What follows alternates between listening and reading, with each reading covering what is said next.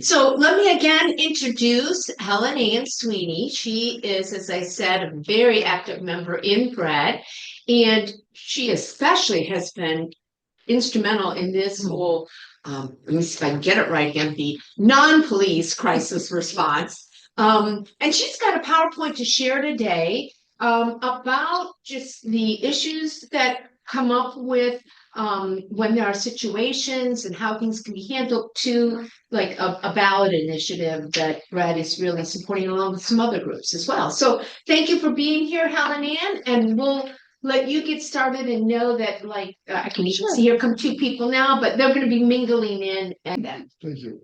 And again, those of you just mingling in, thanks for coming. Helen Ann, she's going to be sharing with you a wonderful PowerPoint explaining about one of the Bread initiatives regarding non-police alternative crisis response. There's the official name. Hi, is it my con? That's just for the live streaming. Oh, Yeah, okay. So just but if you can't speak as nice and loud as you can. I will. And thank you. As Michelle said, I'm Helen Anne Sweeney. I'm from Bread. And I was just going to give you a quick background of what I did and why this issue is important to me, both from a personal and a professional standpoint. My brother, who's now deceased, he died early. He had severe depression, it was flatline depression. And so he had gotten trained to be a city planner, and the stress was too much. And he eventually had to come back home through his adult life and live with my parents. And well, I'm white, and he had police pulled him over because they just thought he was an odd character all the time, a small town, lots of gossip. And I know it's not necessarily the same as what we're going to get into about why this initiative is so important for people of color. But it did make me think about, what would have happened if a police officer not just being meddling, but wanted to be abusive, what would have happened to him? Professionally, I worked at the Ohio Department of Mental Health and Addiction Services. I'm not a clinician, not a social worker. I was trained in economics and statistics, which is an odd background for mental health and addiction services, except for the governor's office needed somebody to do numbers for the department. I was working another job in state government. And so I went into their research office and they put me in community research. And one of the areas I had to research was crisis systems, how to deal with suicide, what were the pieces and components that went with a response for an emergency mental health crisis. And then we merged with alcohol and drugs, substance abuse department. And so we would also work on things like how do you get Narcan to people who've overdosed. And so when I retired happily, 6 years ago, I went back to Bread. I had been in Bread in the 90s, but because of family situations that were going on, I had in work, I had to kind of give up a little bit on Bread and come back into it later when I retired. And so this issue in 2019 was really at the forefront. How do we reimagine public safety to meet the needs of people who are not in violent situations? They don't, the police officers had literally shot and killed numerous people at that point. The George Floyd was episodes were going protests were going on at the same time. And Columbus was considered and is still considered one of the most violent cities for police, especially when people who are not in a crisis situation that involves reducing risk because of a weapon. And in the last year, for background information, between October 2023 and September 2024, we had 5 incidents where police shot somebody who was experiencing a mental health crisis. It was not substance abuse, it was mental health. And of those 5 shootings, 2 people were fatally shot. No, 3, excuse me. And then we have the 6th one that happened up in Milwaukee during the Republican convention. So this issue that we've been working on for 6 years now has continued to plague Columbus residents. And with that background, we can go ahead and start the slideshow. As I'm talking, this is a small enough group. Usually we have, kind of like 30, 40 people, and it's hard to take questions during the discussion, but feel free, just say, wait a minute, I don't understand, or I want to add something here. I want to have a nice interactive dialogue for everybody. You mentioned a term, I don't know what it means, straight line depression. Well, there's bipolar where you go up and down, and then my brother was just straight line. Yeah. Mhm. Oh, you're quite welcome. So the date on here is January 8th. We've given this presentation to Israel on January 8th. So we just are reusing, recycling, being good environmentalists. Okay, so what we're going to go over is what is an non-police alternative crisis response system, and what do we envision? How does it differ from what we're doing now in the community, and why we're going to need a ballot initiative to get it done? You will see the logo Columbus Safety Collective on here. Brad is a member of the Columbus Safety Collective. We did not feel we were getting enough traction as Brad. City Council was not meeting with us. The mayor's office was ignoring us. And the Columbus Safety Collective asked us to join. Members of the Columbus Safety Collective include like the YWCA, the ACLU. So it's a group of well-respected agencies and community groups. I think there's like 20 organizations right now in the Columbus Safety Collective. Brett is on the executive committee, and we're soon going to have to go off the executive committee on the ballot initiative, and I'll explain why, but how we're going to work through so that we can still be part of that. And there's also another piece of this where Brad is going to be actually leading quite a bit. Okay. So what is a non-police alternative crisis response system? And we shorten that and call it a non-police crisis response system. Basically, you call up 911. You're having a crisis in your home. It's not involving a weapon, and a weapon means gun, knives, glass, something, could be some blunt instrument. And you need help with that crisis. You may have somebody who needs somebody to talk to about their problem. It doesn't have to be a behavioral health, mental health, and substance abuse. It could be a housing crisis. It could be food insecurity.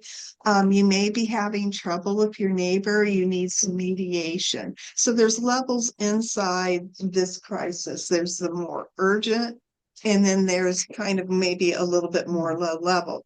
We're talking about all of them at that point.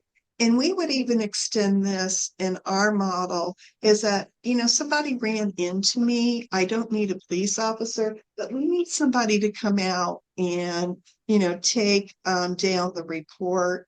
Both sides are, not going to go into a fist fight. So we just need somebody to come out. And so you've called into 911 with any of those. We're focusing the most right now, if you think of this thing as oil, on the behavioral health aspects and homelessness. But we wanted to eventually cover all of these areas and more because we're hearing more and more things that happen in cities. So lots of cities around the country have this, and they've configured it that a non-crisis worker, a non-police crisis worker, are social workers, peer supporters. They could be the fire department, the paramedic, not necessarily the firefighter. If we had something like mediation services, a mediator. So we're not talking about police. So it's not a de-escalation model, it's reducing risk. And in the behavioral health world, that is very important. They're very different techniques.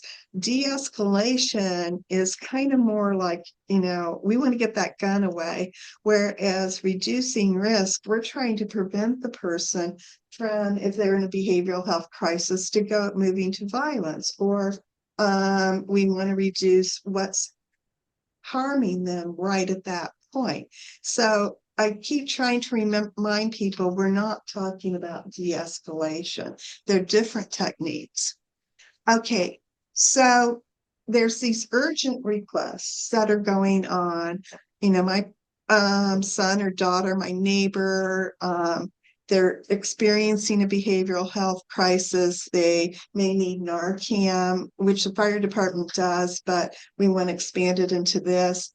Or, we need them to come out and get them into the proper community setting for services. They're talking about dying by suicide, all those kind of things.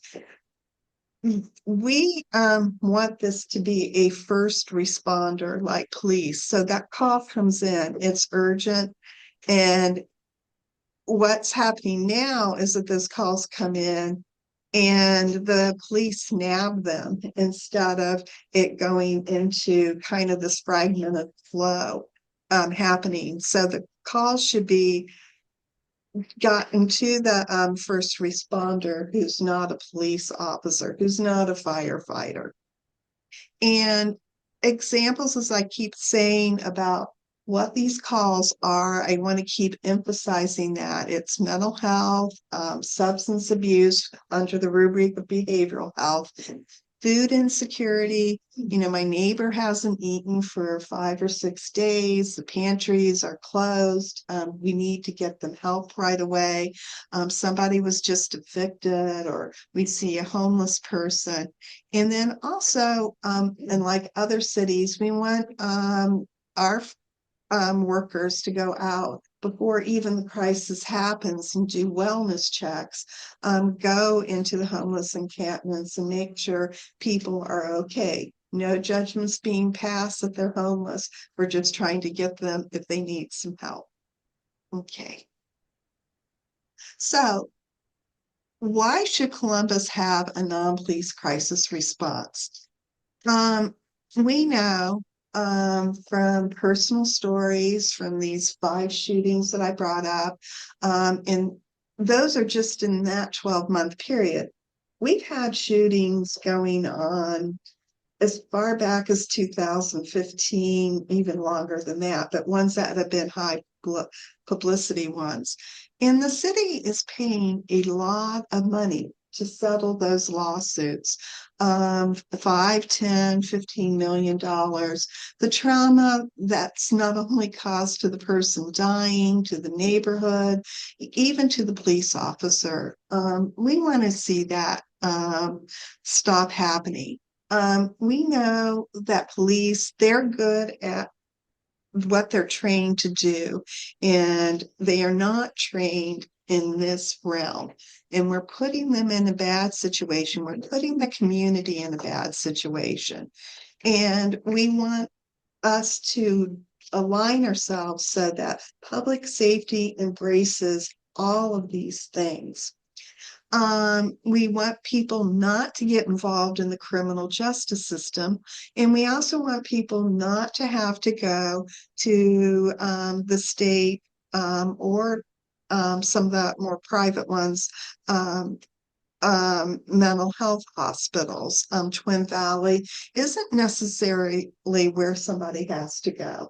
Going over to Ohio State to their mental health unit is not necessarily what needs to happen in the community. There are times that it does, and the proper person evaluating it is very important. We also want to see, and we call it pink slipping, when a person is getting transported, usually by the police. The police do not have to transport. Pink slipping is a technical term. They're put in restraints, and we don't want to see that happen. We want a peer supporter to be with them to help them navigate the situation.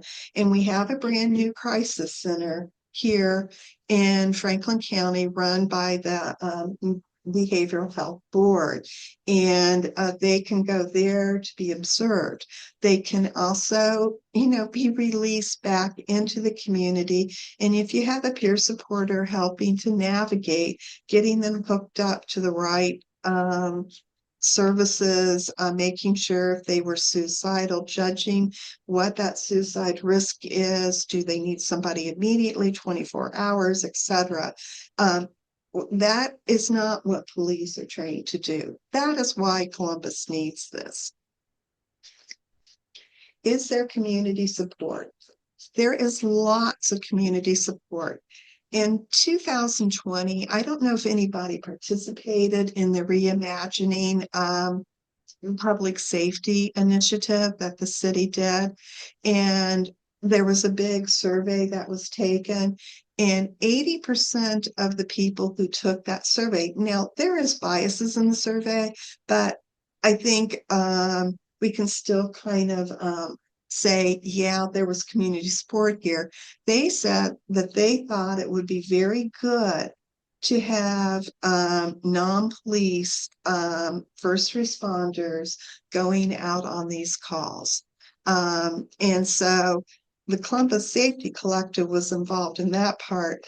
Brad was not, and that we, since we were advocating for it, but we were not part of that Reimagining Public Safety. Go right ahead. So 80% were in favor of it. What was the number of responses that they were given with? I think it was 10,000. Oh, It was a fair, number, yeah. right. And since then, I mean, a lot of other community groups have also said, hey, wait a minute, too, we want this. I'm in favor. And well, and then, and also, the ACLU had conducted a poll last year to see if the community was still willing to take this to the ballot, to do something about it. And they only surveyed 450 people, but in that 450, we again saw an 80 to 85% coming through. So there was some repeatability in that. It was not as big. Okay, right ahead. How does the police department respond to those numbers, or do you come to that later? We'll come to that later, but that's hold on to that because we have a breakthrough on the police on this one. Now, this is not a radical idea whatsoever. Other cities, much smaller and bigger than Columbus, have adopted these type of services. Here in Ohio, I did not know about the Findlay one until this morning, but Columbus is the largest city right now not having one. Cleveland has the parts that are like mediation, dealing with homelessness. They don't deal yet with behavioral health. They're putting that in. We're starting in a different place. Dayton, same as Cleveland. Cincinnati has a full-blown, really good model. In fact, the person who's head of 911, his father was actually the head of 911 here in Columbus, and they have married their 988 line. They have other first responders they can rely on when their units are busy, they can call the University of Cincinnati's mobile crisis unit. Does everybody know what 988 is? Cause I didn't until this all started. Okay, 988 is the new a behavioral health crisis line run by the Adam H. Board. It started coming, it was implementation across the country started in 2020. And we'll be getting into some issues between the two lines here in a few minutes.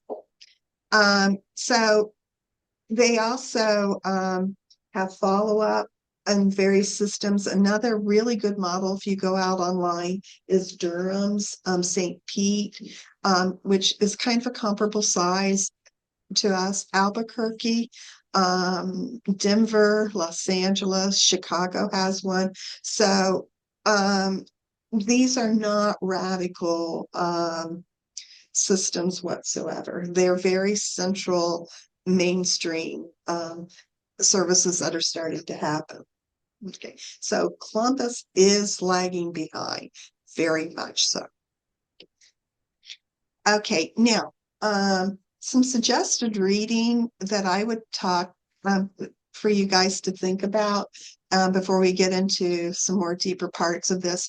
The Vera Institute of Justice, they are a very interesting nonprofit group. They're from New York, and they've helped prop up several of these systems across the country.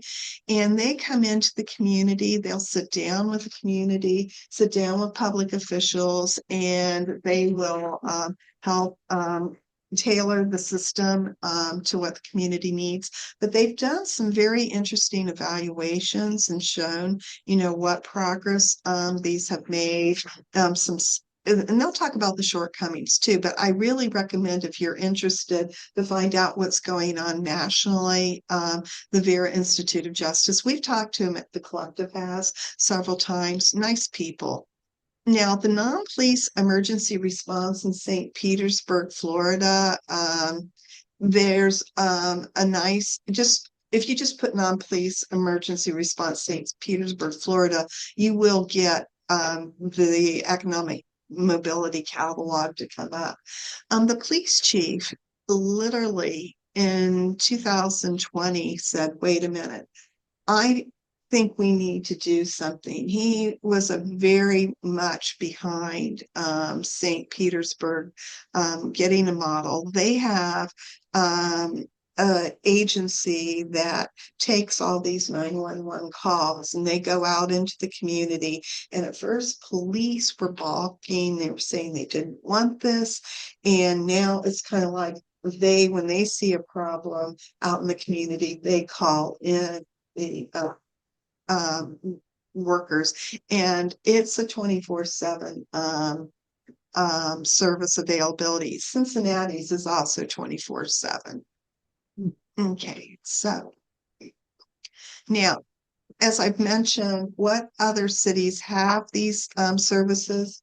Cincinnati calls theirs ARC. There's a lot of information they put out, Cincinnati does, on their website. They have been doing an evaluation. They have what types of responses that they're answering. They actually, which was just amazing, what happened in Cincinnati for them to start this, and the mayor and the city council were completely behind the model. They insisted that public safety department, the equivalent down there, implement it. There was an incident where a child was locked in a car, and the car caught on fire, and the police just stood there, and it created all kind of community outrage, rightfully so. And so the mayor said, enough, we're going to do this. They were also under a consent decree. Columbus has kind of dodged a consent decree. That's a federal order to clean up your police department. But it created a different culture in Cincinnati, and this consent decree in Cleveland created a different culture. So Columbus isn't going to have one. We had a technical assistance report the Department of Justice came in, and this was one of the services that they highly recommended. Now, Dayton is called Dayton Mediation Services, and it's been up since 2020. And it handles neighbors and family disputes, a little bit of behavioral health issues. They're just now getting into the behavioral health. So they started in a place at the back end rather than, or not, I mean, down lower in terms of the calls. Their responders are not first responders. Cincinnati's are first responders. So Dayton is not connected to the 988 line. Cincinnati is, and we're going to get into why that's so important in a few minutes. Cleveland's is called the Cleveland Peacemaker Alliance. They try to interrupt violence before the violence incidents happen. They're kind of in between Cincinnati and Dayton.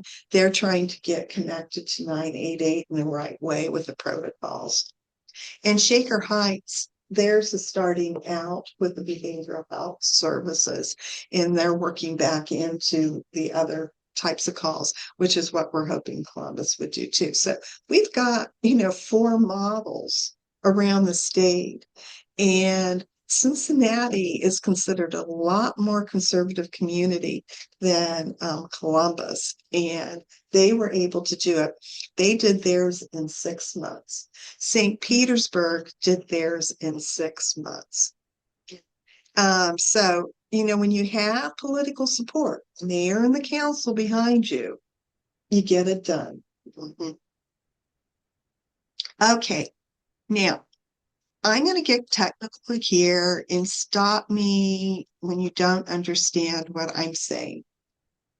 There's what we call, there's 1, 2, 3, 4 models, and they should all be blended together. The first part of the model is call diversion. It's a pre-response. A call comes into 911, and social workers, peer supporters are right there at the call center. And they're trying to talk to people about their crisis and to, reduce harm. And it's a lot like if you think like a lifeline you call in, it's the same principles. Usually in that type part of the model, the workers are not going out to the scene, but they can assess, does that person need a mobile crisis response out there? Do I need them to send them to the 988 line, which has more specialists in dealing with a more in-depth crisis? And it's all done very seamlessly when you have this working correctly. Columbus does not have the capability to send the 911 calls to 988 at this point in time. 988 can call into 911 to get a police officer out if there's violence going on. Cincinnati, St. Petersburg, Albuquerque, Denver, their 911 and their 988 lines are joined. This is very important. In October of 23, the day after the city had a public hearing where they went through and, they did their bells and whistles, showing what they had created and, being very proud of themselves. And it was very lacking system that we will talk about.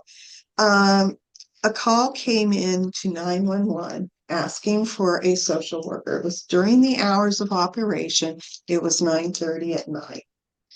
The social worker was busy. We only have one social worker at a time. When the police department and the fire department say, we have this bevy of social workers, we don't staffing that because they just haven't geared it up. It also ends at midnight and doesn't begin until 8 o'clock in the morning. And it works Monday through Friday. It's not 24/7. So the social worker was not available. The 911 dispatcher could not move it over to 988. If you were in Cincinnati and you had that situation happening, the call could have gone over to 988 so that a person could have started helping. And this sister of a man was just his name was Michael Friesen. He lives in the Hilltop area. She was saying that he was having a psychotic break. He's schizophrenic, and she needed just to get some advice on how to calm him down.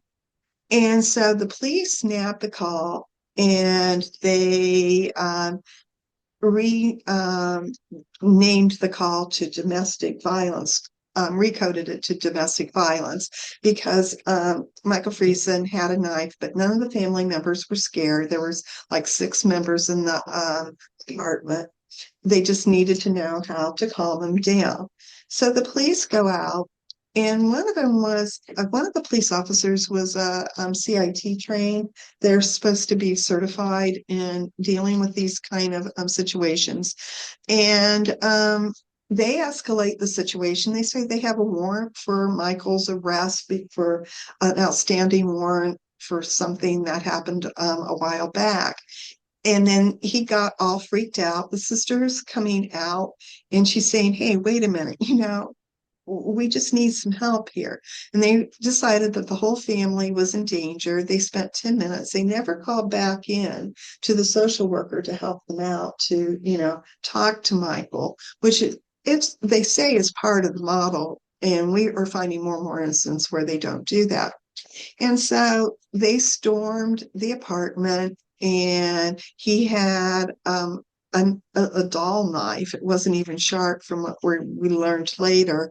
And they shot him 3 times. He did not die, but he was critically wounded, and he ended up having to spend a lot of time in Grant Hospital. So that piece, when the city says it's working, it isn't. We also have NetCare who can send out for a unit in these situations. And because the city's line is not connected 911 to 988 to NetCare, we can't rely on any of those services. So that connectivity is real important.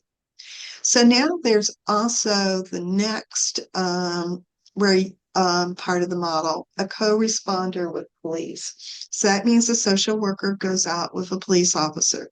We do have that here in Columbus. It's supposed to work 24/7, but we have had at least 2 incidents where that unit was not available late at night and on weekends. I don't know if they were responding to some other call. They could have been. One of them was Noah Hernandez on the West Side last June. His neighbor had called in the afternoon. It was a Sunday afternoon, and said that Noah was not up to speed. He was worried about him, and could you send out the co-responder team? So 2 police officers came out, and they wanted to do a wellness check, and he sent them away because there was, he was afraid there was people in uniforms with guns. And so later that night, he was walking down Sullivan Avenue on the West Side with a knife, harassing motorists. Police contained him. It didn't take long to get him off the street, but he wasn't dropping his knife. The taser failed. They shot him 10 times. He died. And so again, the services weren't working in the beginning. And there's a whole lot of stuff about the shootings with knives, stuff like that, which is going to have to be another part of this issue that we start working on after we win this. Now, the non-police response units, first responders, Columbus does not have any. And Columbus is not moving very quickly to get those. NetCare has one, but the city does not. The city can't call in the NetCare because of the lack of connectivity. It's very fragmented. A non-police response unit, as I said before, where our teams have paired social workers, crisis workers, peer responders, who are very, very important to this whole thing, and EMTs. In Cincinnati, they have their own EMTs. They do not have the fire department. Nobody in non-police crisis response units in Cincinnati has a uniform. NetCare does have uniforms, but so far they're saying they're not having any problems whatsoever. And then usually I want to make sure across the country, no non-police response unit has been harmed in any way. And there is now, like 3 to 4 years experience. There's some cities that have this, like Eugene, Washington, back in the 80s going forward. They have never had a worker harmed. So then there's the follow-up programs, and that's usually team follow-up after an incident. You have the peer supporter maybe helping the person navigate through the services. They make sure that they've got the services, they've done the warm handoff. We don't have that either, except for the fire department does have some follow-up with their Spark and React teams, which we will get into, but it's very limited. Is there any questions at this point? Okay, so here's Columbus's fragmented current non-police crisis alternative response program. I know I'm being biased, but fragmentation is really what's going on here. As I said, we have the call diversion program, which is called right response in their lingual. That's the social worker who sits in the 911 call center. He or she will work with a caller. I think they do have good success when they get linked up. Police have used them to help in situations and they've had good success. I'm not going to say that that's bad. The service just is not there in terms of 24/7. They don't have workers. They don't have peer supporters. But that is one element that if we could get this linked up, that does exist. It needs to be expanded. Then the mobile crisis unit, we do have MCR. That seems to be very spotty. When it works well, but it doesn't necessarily work well, even when they're called to the scene. We don't know if that's training or what. We do not have a first responder team of just social non-police going out, the social worker, peer supporters, etc. They have a follow-up program in the fire department of React that deals with addiction, Narcan, and then the Spark. You have frequent flyers into 911. They work with them. Those services are not available on a 24-hour basis. Now, Spark and React are not connected to anything in here. Sometimes the call diversion program is connected with the co-responder model. It sits in the police department. The call diversion is in 911 in the fire department. See the fragmentation, all the breaking? And it's not necessarily responding at the right times, and they're not, other than the mobile crisis unit, 24/7. Okay, so the city, we have a love-hate relationship with Council Member Hardin. Right now, he's being very responsive. At times, he has not been. So we kind of are keeping pressure on him. He's our only advocate for this in terms of an elected official. Councilwoman Green seems to be interested in it, and she's coming along, but we really have not had an advocate on city council, and the mayor wants nothing to do with this. So Shannon Hardin did get city council to appropriate $1.2 million in February of 23 to create the program. What happened is nothing got allocated until July 24. And the city actually took $800,000 out of the 1.2 million and funded it for a youth program in the city parks during the summer. I mean, that was a good program, but it was not funding what we needed it to do. So the city awarded $400,000 to mission critical partners to evaluate the existing program and to develop a plan of how this could be done. And they're working right now. Mission critical partners is comprised of people who are retired police officers, firefighters, and worked in 911. And so they were supposed to have a plan released at the end of January 25. That's now gone to August. And once again, this is just a plan. It's not setting up what we need, a pilot program. And they held a public hearing. Christy was there to discuss the draft, and then the Columbus the Columbus Safety Collective met with Mission Critical Partners. And I will say, both at the hearing and in the meeting that we had with them, Shannon Harden, actually, who has ducked Fred's calls now for 2 years, was very responsive to our testimony. And he started asking questions of public safety, why don't you have first responders? When's this pilot going to be set up? And he also attended part of the Mission Critical Partners, insisting that to the Mission Critical, he wants the plan to go to a pilot program by the end of this year. But that is him. When we got into the meeting with Mission Critical Partners, we found out the city just wants an incremental approach. They want to continue just doing small things, not bringing up a system. So we have to. I assume you told them that other cities have done it in 6 months. Oh, absolutely. Yeah. I have to admit, this was kind of funny because there is a part of me that is sometimes I get a little shy about things, but I don't know what it was. My mother was quite the advocate. She was always typing letters and stuff. It was would have been her birthday. And all of a sudden I felt my mother come through. And I just kind of said, no, it's not enough, and went in. And so even WD he was like, yes, go. Yeah, and so we sent a strong message.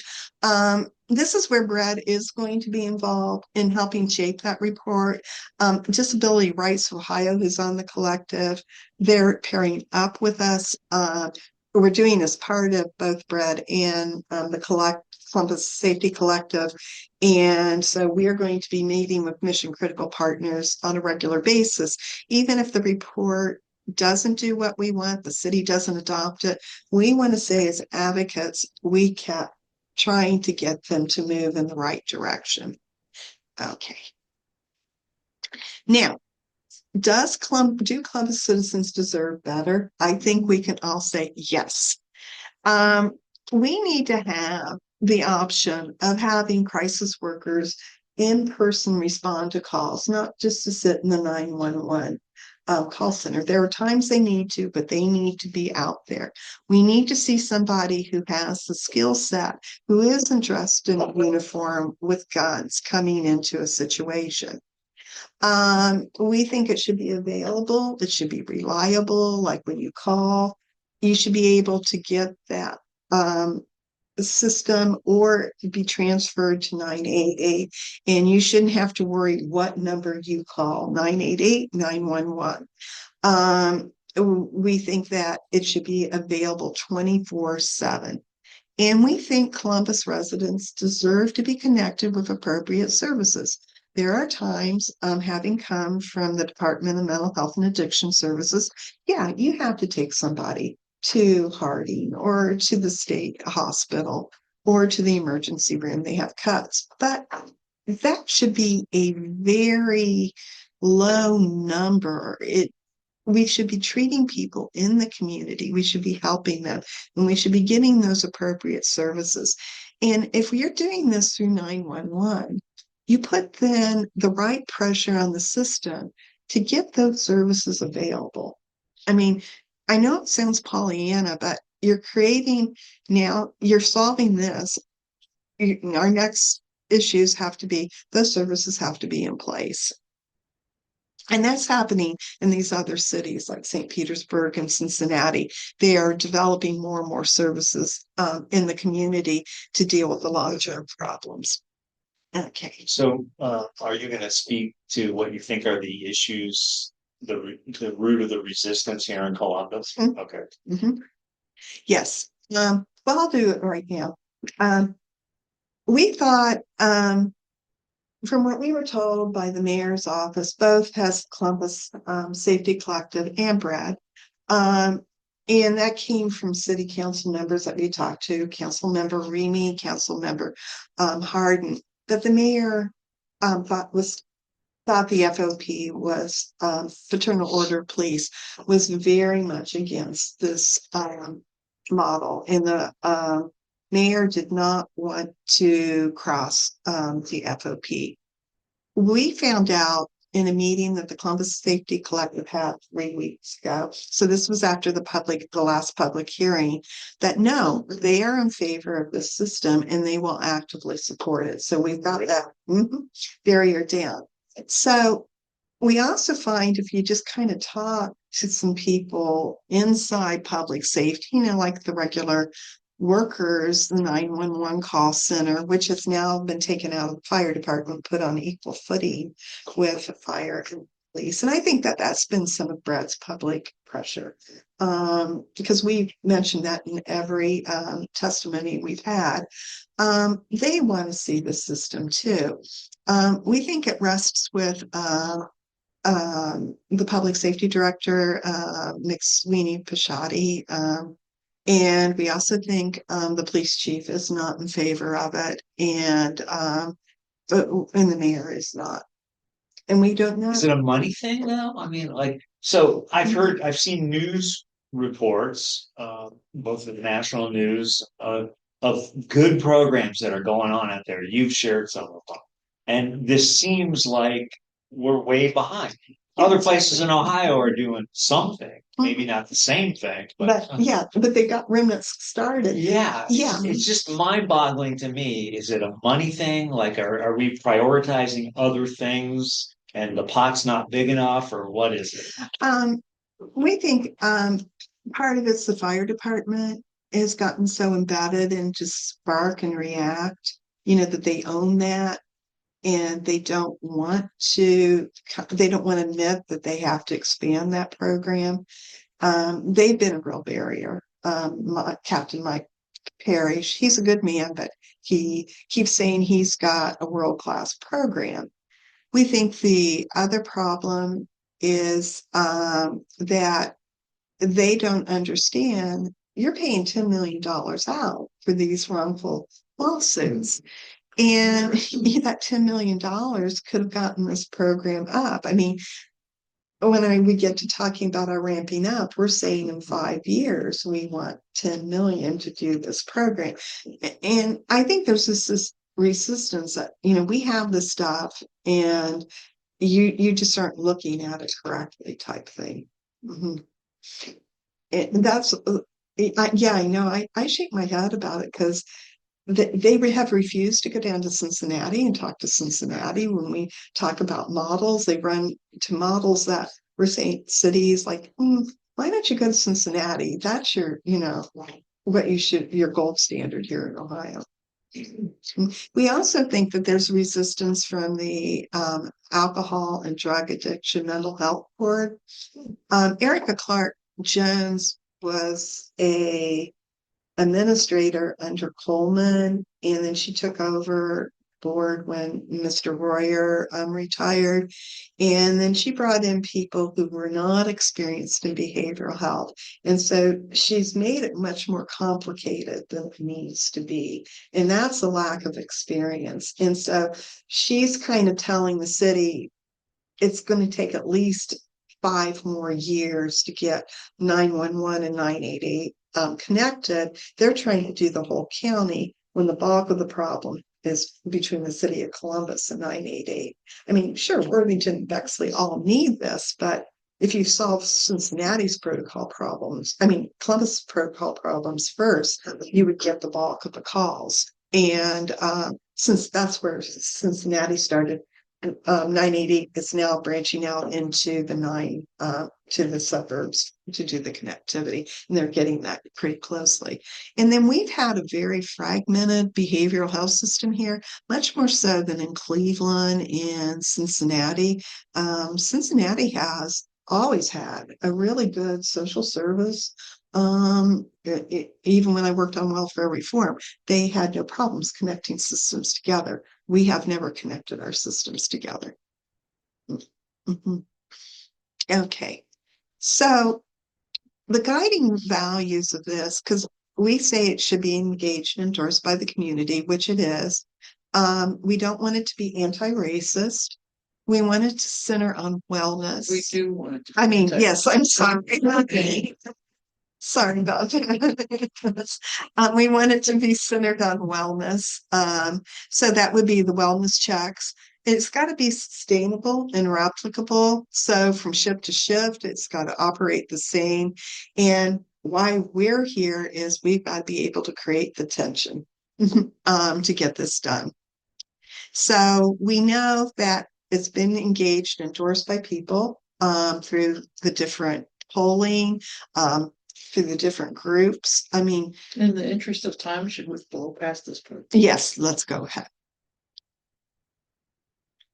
There. Now, these are the model components.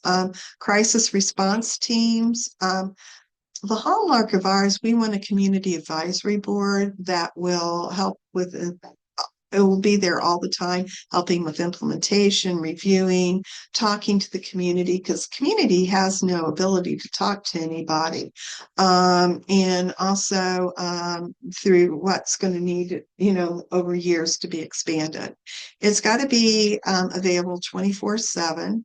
911 does need to be overhauled to have the protocols in place. It's got to be coordinated with 988 and the other crisis services. And you always have to have ongoing data analysis and evaluation and community relationship building so that we're building with the right people, the right players in the community. We can blow by this too, except for the Citizen Advisory Board.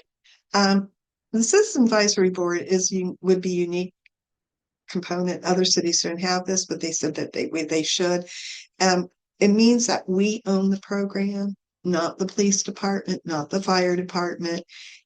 We want citizens to get a nominal fee for going to the meetings, their parking paid for, and they would be empowered to plan, implement, and oversee ongoing relationships. So that will always be there, is what we're advocating for. So now, why do we need to go to a ballot? Well, we've been working on this for 6 years. We've gotten little tractions here and there. I think Shannon Harden's firmly behind this now, and the FOP is responsive. But we also know that the mission critical partners is saying that they want incremental change. The city was supposed to appoint an advisory panel under that funding they gave on the 1.2 million. They haven't done it. The city's program is fragmented and it's unreliable, and it's fragmented within the city, and it's fragmented in its connectivity to other programs. So we're going to file the ballot language on March 8th of this year. We need to collect 75,000 signatures. We have to have 25,000 ballots. So we're going to be validating signatures on our own because we have access to databases so that we can make sure we have at least 25. And we need everybody to get out and vote in November 2025. Brett Is this the city of Columbus or Franklin County or what? City of Columbus. City of Columbus. So anybody can collect the signatures. You don't even have to be a registered voter here in Ohio. But the people who sign it have to be registered in Ohio, because we have college students who are registered but not in Ohio, and they have to be able to vote in Columbus. So a question to ask, can you vote for the mayor? Can you vote for city council? We're asking people to take one one petition of 30 signatures to get 30 signatures. And if you're not sure that person is valid when you talk to them, just have them sign it. We'll cross it out if they're not right. There's going to be trainings starting the week of March 8th. We're going to have 2 a week, and so that you can learn how to collect signatures. I'll be getting Christy the link for you to be able to sign up. We're not asking. In-person training or on Zoom, just because that's helpful for people too. Some of them will be on Zoom and some will be on in person. Okay.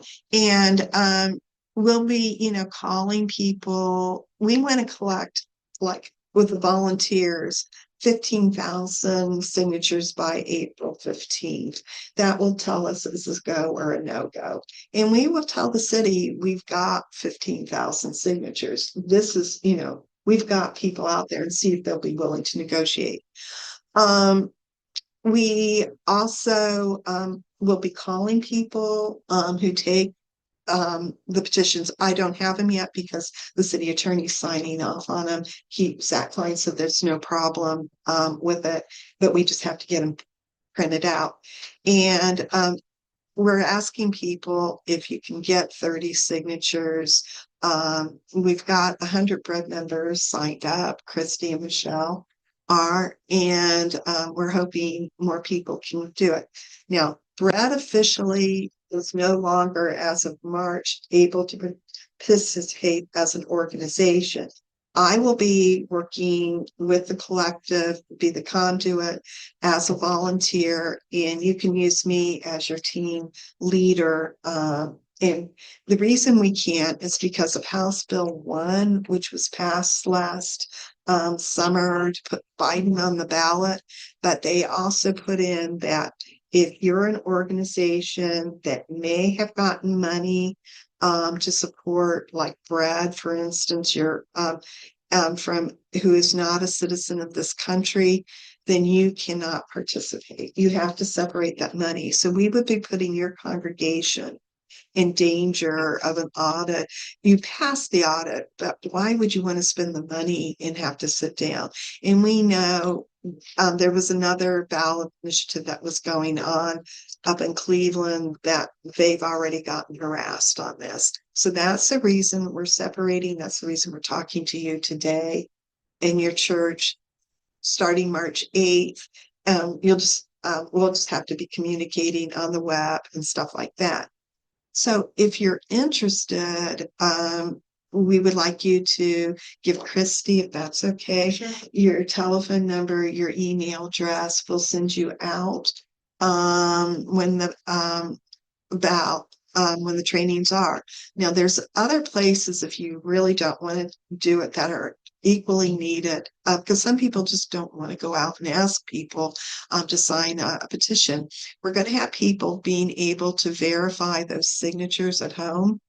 And the other thing is when we get ready, because we are going to go to the ballot if they don't negotiate, we're going to collect those 75,000 signatures. I just really have this confidence in all of us.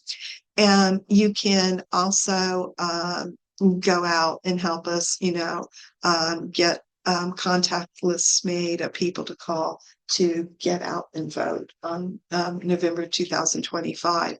It's about, it's an off-year election. People aren't necessarily going to go out. We need a high turnout. We need to see lots of people get out and vote. That's how we're going to win this.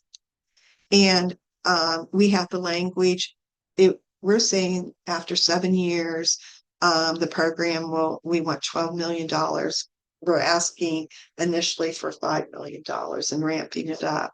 And then it will continue to grow with inflation factors and a usage growth rate. It's not an expensive program for what it can do. Mm-hmm. I live in German Village right near Schiller Park, where sometimes people are having behavioral problems or whatever. Homeless people try to sleep there sometimes. So I would think community organizations like the German Village Society, Berwick Association, there probably would be any number of community organizations that would be interested in endorsing this. Oh, yeah, that's a good idea. I did, yeah, to get Berwick and the General Yeah. Village Society. Yeah. Cause yeah, we're looking for people to endorse.